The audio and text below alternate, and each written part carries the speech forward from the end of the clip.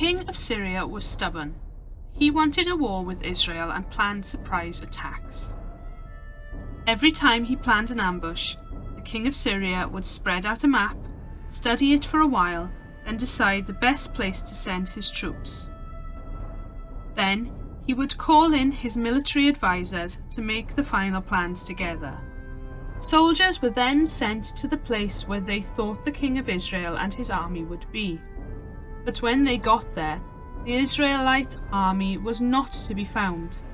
Someone must have leaked their plans to them.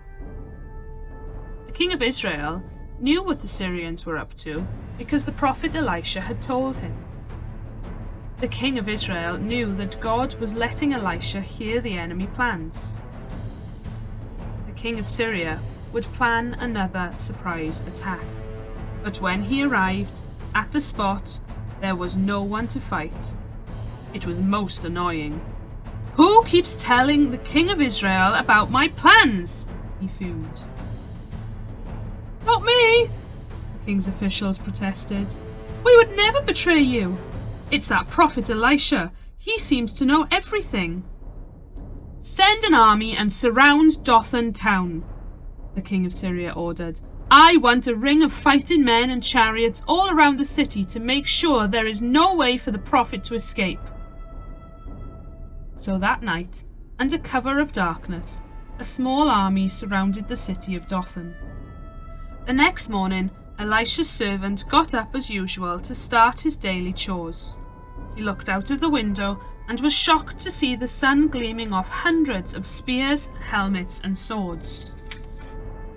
The servant rushed to find Elisha. "Help! We are surrounded by enemy soldiers! We're going to die!" "Don't be afraid," Elisha replied. "There is a much bigger army out there too, and it is on our side." "Where?"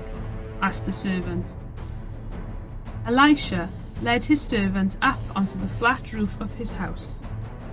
Elisha bowed his head and prayed, "Lord, please open my servant's eyes."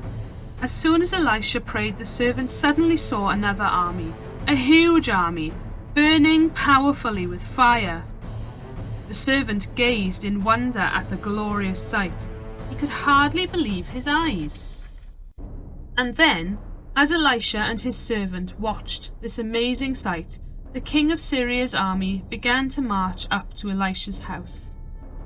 As the Syrian army marched towards Elisha's house, the prophet calmly prayed, "Lord, make these Syrian soldiers lose their sight." Suddenly, the whole Syrian army became blind. They tripped and dropped their weapons. "Where is the prophet's house?" they asked. "Where did Elisha go?" "This way," Elisha shouted. "I know who you are looking for, and I will lead you to him." He took the Syrian army to Samaria.